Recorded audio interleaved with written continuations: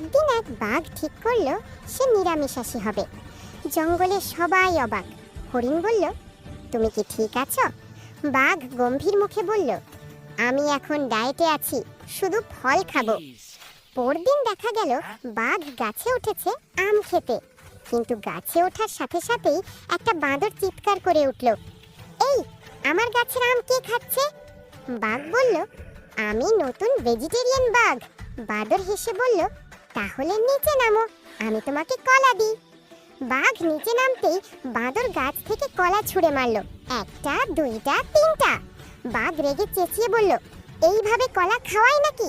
বাঁদর বলল, ভাই, আমি তো ভেবেছিলাম তুমি ফাস্ট ফুড খেতে ভালোবাসো। শেষে বাঘ আবার গর্জে উঠল, ডায়েট শেষ, আজ থেকে আমি আবার মাংসাশী। হরিণ দূর থেকে চুপচাপ বলল, তাহলে আমরাও এবার ফাস্ট রানিং শুরু করি।